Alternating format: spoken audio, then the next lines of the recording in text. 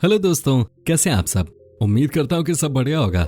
आज हम आपको जिस देश की यात्रा पर लेकर जा रहे हैं वहाँ दुनिया की सबसे ऊंची चीजें आपको देखने को मिलेंगी, चाहे बात हो लेक्स की या सबसे ऊंचे शहर के।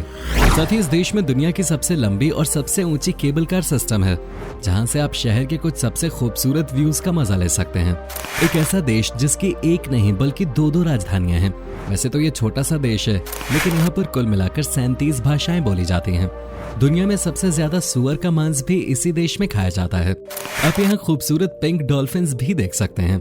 दोस्तों, आज हम आपको साउथ अमेरिका कॉन्टिनेंट के बोलिविया देश की यात्रा पर लेकर जा रहे हैं। अब बस बने रहिए हमारे साथ वीडियो के अंत तक। सबसे पहले तो बता दूं कि बोलिविया का ऑफिशियल नाम है द प्लूरिनेशनल स्टेट ऑफ बोलिविया।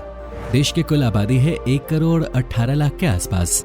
सबसे ज्यादा आबादी के मामले में ये देश 80वें नंबर पे आता है। पॉपुलेशन डेंसिटी की बात करें तो यहाँ पर आपको सिर्फ 11 लोग पर स्क्वायर किलोमीटर पे देखेंगे।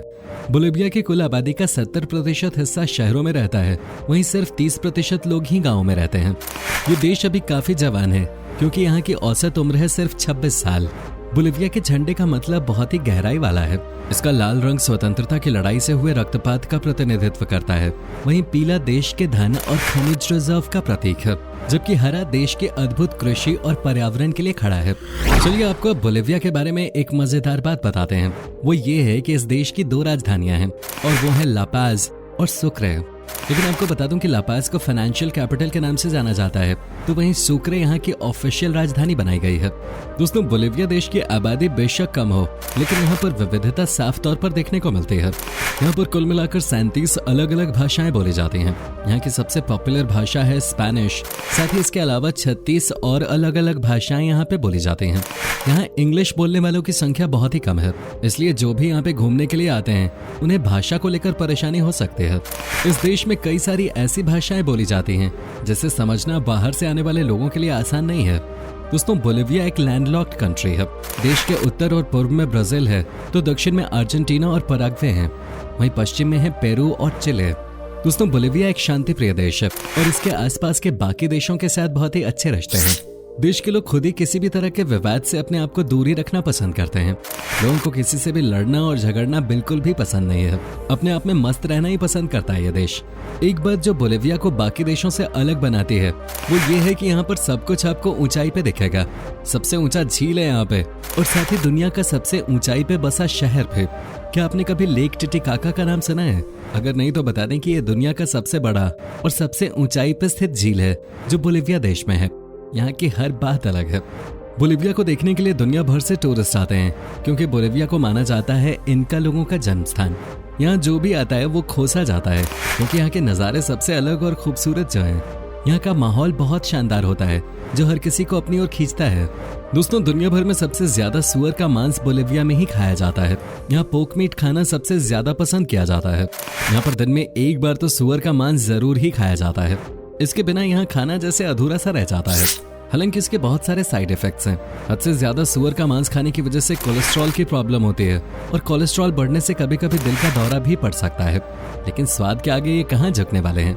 यहाँ के लोगों के लिए सबसे ज्यादा महत्वपूर्ण स्वाद ही है, लेकिन स्वाद के लिए इतनी बड़ी कीमत चुकाना भी तो कम बड़ी बात नहीं है। दोस्तों, बोलिविया साउथ अमेरिका कॉन्टिनेंट के सबसे पुराने देशों में से एक है। इस देश का इतिहास बहुत पुराना है।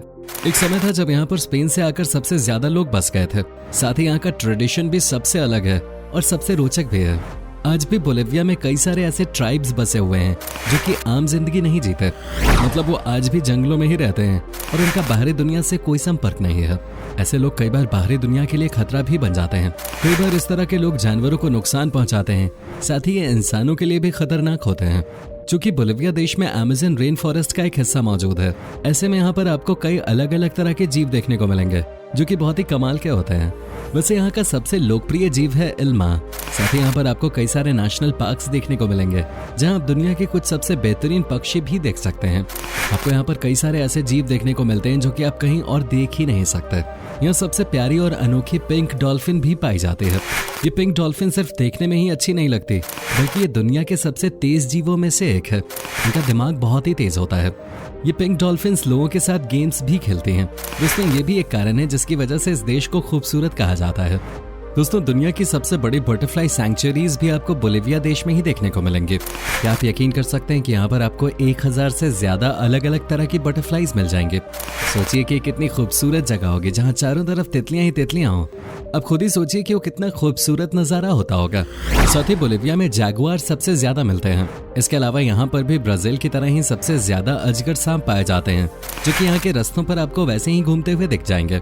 आपको सुनकर अजीब लगेगा, लेकिन बोलिविया के लोगों के बीच में सांप को मारकर खाना बहुत ही कॉमन सी बात है। और तो और यहाँ सांप से बना हुआ शराब भी मिलता है। सांप से बना हुआ स्नेक वाइन देश के लोगों के बीच में बहुत पॉपुलर है। दुनिया में सबसे ज्यादा अगर कहीं स्नेक वाइन को पसंद किया जाता है तो वियतनाम के बाद बोलिविया ही वो जगह है। बोलिविया में इंसानों के लाइफ की वैल्यू बहुत ज्यादा है, इसीलिए यहाँ पर जीब्रा क्रॉसिंग पर किसी का एक्सीडेंट ना हो, इसी को देखते हुए कई सारी ऐसी ऑर्गेनाइजेशंस हैं जो कि बिना सरकार से पैसे लिए दिन रात काम करती हैं लोगों की जान बचाने के लिए। यहाँ पर आपको कई ऐसे लोग दिख जाएंगे जो कि जीब्रा क्रॉसिंग की साइन वाली ड्रेस पहन के रेड लाइट पे खड़े होते हैं, और वो इसलिए खड़े होते हैं ताकि तेजी से आ रही गाड़ियों को ये पता चल सके कि आगे जीब्रा क्रॉसिंग है और लोग सेफली रोड क्रॉस कर सकें। बहुत ही कमाल का काम कर रहे हैं यहाँ के लोग।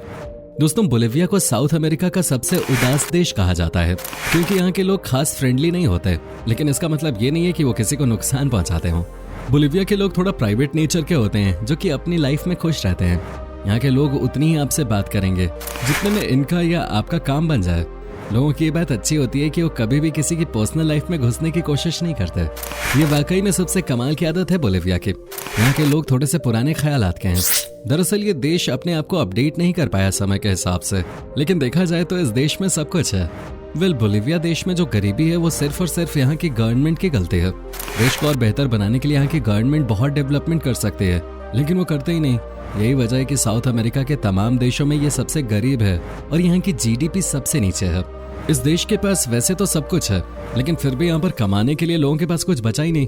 यहाँ न तो कोई बड़ी कंपनीज आज तक आ सकें और न ही लोग इतने स्किलफुल बन सके कि वो देश से बाहर जा सकें। यहाँ पर करप्शन सबसे बड़ा मुद्दा है। जो भी सरकार आती है वो पैसे अपनी जेब में डालकर निकल जाती है। आज भी यहाँ पर कई बार सिविल वॉर जैसा माहौल बन जाता है, कई बार तो वॉर हो भी जाता है। ये देश इतना खूबसूरत है कि थोड़ा ध्यान देने से ही यहाँ टूरिज्म सेक्टर से बहुत पैसा कमाया जा सकता है, लेकिन गवर्नमेंट को देश की कोई चिंता ही नहीं है। देश की हालत आजकल तो और भी ज्यादा खराब हो गई है। यहाँ के युवा दिन ब दिन बेरोजगारी का शिकार होते जा रहे हैं। इन सब के अलावा एक और भी चीज है जो कि अमूमन हर साउथ अमेरिकन देश में देखने को मिलती है, और वो है नशे की लत।